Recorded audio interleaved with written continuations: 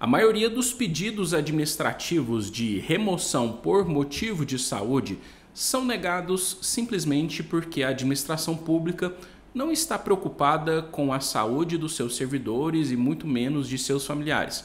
O gestor público responsável por determinada secretaria ou pelo órgão público só quer saber da quantidade de mão de obra disponível que ele tem para fazer aquele trabalho todos os dias. Então acaba que, na maioria dos casos, o servidor público que tem esse pedido negado precisa lutar pelos seus direitos através de uma ação judicial no Poder Judiciário.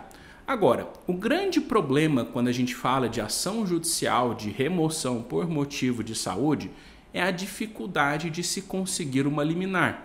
E por que isso acontece? Veja só, o ato administrativo, que é justamente esses comandos, esses atos que são feitos ao longo do processo administrativo de remoção, ele tem uma característica que fortalece bastante a decisão do gestor público e não poderia ser diferente. Qual que é essa característica? O ato administrativo ele tem presunção de legitimidade e de legalidade, ou seja, até que se prove o contrário, aquele ato administrativo ele é considerado válido, honesto, dentro da lei. E aí a gente tem um grande problema para quebrar esse ato na justiça. Veja só. Quando o servidor faz um pedido de remoção por motivo de saúde, ele deve passar por uma junta médica oficial. O problema é que essa junta médica oficial muitas vezes recebe orientações dos superiores para negar aquele pedido, dá uma resposta bastante simplória no laudo médico, colocando que as patologias do servidor é possível de ser tratada naquela região. Não entra em detalhes a respeito dos tratamentos ou mesmo da falta de disponibilidade na região. Eles basicamente resumem uma linha falando que o servidor precisa sim de tratamento, mas que esse tratamento é possível na região onde ele está lotado e, portanto, não há recomendação da remoção. Então isso tem uma presunção de legitimidade, uma presunção de legalidade. Quando se leva para a justiça, o juiz vai olhar e vai falar, poxa, o ato administrativo que tem presunção de legitimidade, de legalidade, eu não posso simplesmente dar uma liminar para remover esse servidor público. Eu preciso esperar uma perícia. Aí que surge o grande imbróglio. A perícia demora a acontecer. Por quê? Ela não acontece no começo do processo. A gente protocola a ação, tem a análise da liminar, a instituição apresenta a sua defesa, que é a contestação, depois a gente apresenta a réplica e aí que é feita a perícia. E até que isso aconteça, em muitos casos passa-se mais de ano. Então é um procedimento demorado e aí a gente para pensar, poxa, mas não tem uma situação de saúde urgente para ser resolvida? Não é uma situação que o deslocamento é imediatamente necessário para que haja o tratamento médico, a evolução da saúde mental do servidor público, coisas desse tipo? Então, como que um servidor vai esperar 1, 2 anos para ter essa remoção? É algo que traz complicações, inclusive a ponto dele ser aposentado por invalidez, porque se você pega o Estatuto do Servidor Público Federal, ele pode tirar 24 meses de licença. Depois disso, o órgão precisa abrir um processo administrativo para aposentá-lo por invalidez.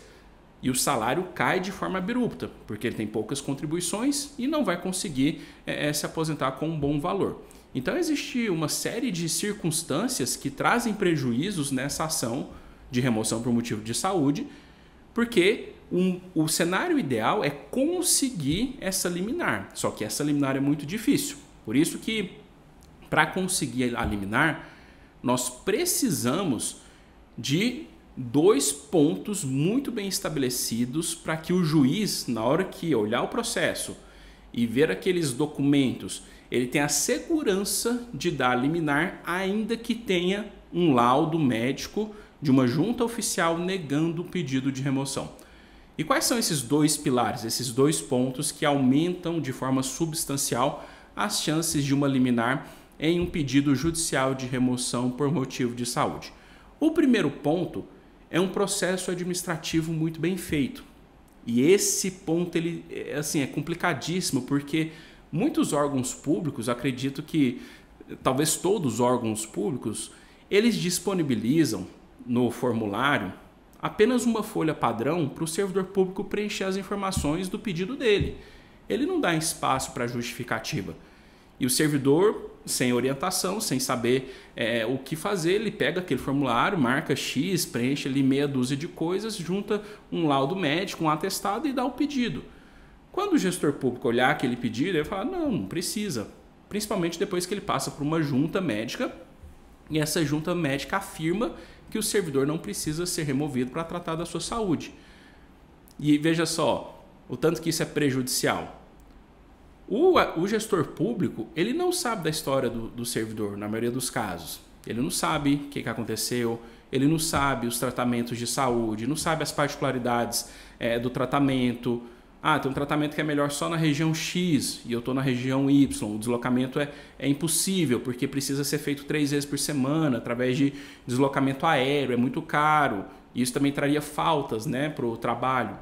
Então, quando o servidor preenche tão somente aquele formulário, isso dificulta muito, inclusive, o êxito no processo judicial. Por quê?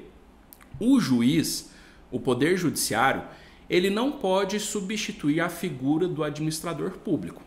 Então, se o servidor ele faz um pedido simplório, só preenchendo aqueles documentos mínimos que são disponibilizados pelo órgão público, quando o processo chegar na mão do juiz, ele vai olhar o processo e vai falar, poxa, aqui não tem nada para eu fazer o controle de legalidade, porque a administração pública agiu dentro dos limites da lei. Agora, se o servidor público faz um processo muito bem fundamentado, traz a doutrina, traz a jurisprudência dos tribunais superiores, explica com muita precisão a necessidade inequívoca daquele deslocamento, como que foram os tratamentos, por que não repercutiu o efeito, quais foram as medicações, junta os laudos médicos, todo o histórico do paciente, os próprios medicamentos que foram comprados, leva lá o receituário e fala, olha, esse medicamento que tinha uma previsão de dar o resultado X não deu, então o médico sugeriu uma terapia Y que só tem na região tal, ou seja, é um documento robusto de muitas páginas que vai trazer para o gestor público e mesmo para a junta médica que vai avaliar aquele servidor, informações sólidas que comprovam a necessidade de deslocamento do servidor. A ponto de que, se a junta médica recusar, mesmo diante de todos aqueles argumentos, todas aquelas informações, todos aqueles documentos médicos, ela nega o pedido de remoção por motivo de saúde, assinado, claro, pela autoridade competente, o juiz, ao analisar o processo, ele não vai estar substituindo a figura do administrador público. Ele vai estar atuando como um órgão jurisdicional que vai fazer o controle de legalidade. A partir do momento que ele leu a versão do servidor, viu os documentos, viu que os tratamentos não repercutiram o efeito que precisava e que por isso a saúde dele ou de um familiar dele, seja pai, mãe, filho, está em risco, ele pode sim anular aquela decisão do administrador público, alegando que o pedido deveria ser deferido e aquele ato que indeferiu o pedido, ele é um ato nulo, é um ato ilegal. Então o gestor público ele cometeu um ato irregular e o judiciário pode corrigi-lo. Só que, novamente, o juiz só vai fazer isso diante de 2 pontos relevantes. O primeiro é esse processo administrativo muito bem feito e o segundo é trazer justamente dentro do processo administrativo todos esses documentos médicos, todo esse histórico de tratamento, todos esses medicamentos que já foram ministrados. É como se o juiz ele fosse um novo médico, vamos falar assim, não é o termo mais preciso, mas o juiz ele é como se fosse um novo médico que você precisa levar o seu histórico para ele te avaliar. Então ele vai se sentir mais seguro, porque lembre-se, ele tem aqui uma negativa da junta médica oficial falando que o servidor pode continuar seu tratamento sem a necessidade de remoção. Agora, lembre-se que eu falei que o ato administrativo ele tem presunção de legalidade e de legitimidade, ou seja, até que se prove o contrário. E o que eu estou fazendo para o juiz quando eu levo esses documentos médicos? Eu estou provando o contrário e de forma muito robusta. Porque veja só, O quanto é incoerente a administração pública. O servidor vai lá e consegue 3, 4, 6 meses de afastamento, um ano de afastamento, reconhecendo que ele não tem capacidade de trabalhar. E aí, quando faz o pedido de remoção, a administração pública simplesmente nega porque não quer abrir mão daquele servidor público. E aí, quando você leva para o judiciário essa quantidade robusta de documentos médicos, de laudos, de medicamentos que foram ministrados, explica, olha, de 2020 a 2021 foi ministrado esse medicamento, o objetivo era tal, não deu o efeito necessário. 2021 a 2022 fez um tratamento Y, o efeito necessário para considerar um êxito seria esse, mas não deu certo. Então só tem como ter uma evolução de saúde se o servidor for fazer esse tratamento específico que só tem nessa região, que só tem médico ali, que só tem o aparelho necessário ali. O juiz não tem como negar esse pedido. Ainda que, veja só, ainda que ele não seja médico, você está trazendo argumentos, laudos assinados por médicos, especialistas e mais. Você está trazendo o histórico de tratamentos infrutíferos que não deram resultados. Por quê? Para conseguir a remoção por motivo de saúde, você tem que provar para o juiz que a transferência do servidor é inequívoca, sob pena da saúde dele ser prejudicada, quiçá a vida. A gente está falando de direitos sociais, que estão elencados na Constituição Federal. Direito à saúde, direito à vida, direito à família. A gente usa muito essa argumentação do direito à família e até do direito dos idosos, por exemplo, em situação que o pai e a mãe, ou um ou outro, está muito doente, já é sozinho, não tem nenhum familiar para cuidar dele, não tem renda para bancar um cuidador 24 horas. Um cuidador 24 horas, nada vai custar 6 mil, 8 mil reais, 10 mil reais, dependendo da região onde a pessoa mora. Então fica inviável para a maioria da população. Então o servidor ele precisa provar tudo isso e principalmente o risco de dano, o risco da demora. Por quê? Quando a gente fala de liminar, a gente tem que provar a probabilidade do direito, eu estou fazendo isso com os documentos médicos, e o risco de dano. Falar, juiz, eu não posso esperar 2 anos para ser removido, eu tenho que fazer um tratamento. Meu filho tem autismo, tem que fazer as terapias.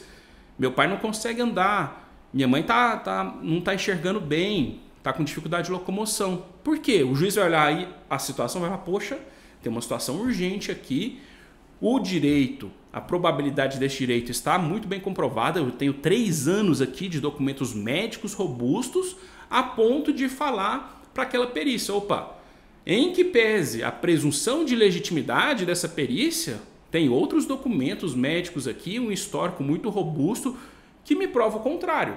E considerando essa situação de risco, eu vou ter que deferir essa liminar. Então, sempre que você for dar entrada num pedido de remoção por motivo de saúde, lembre-se disso.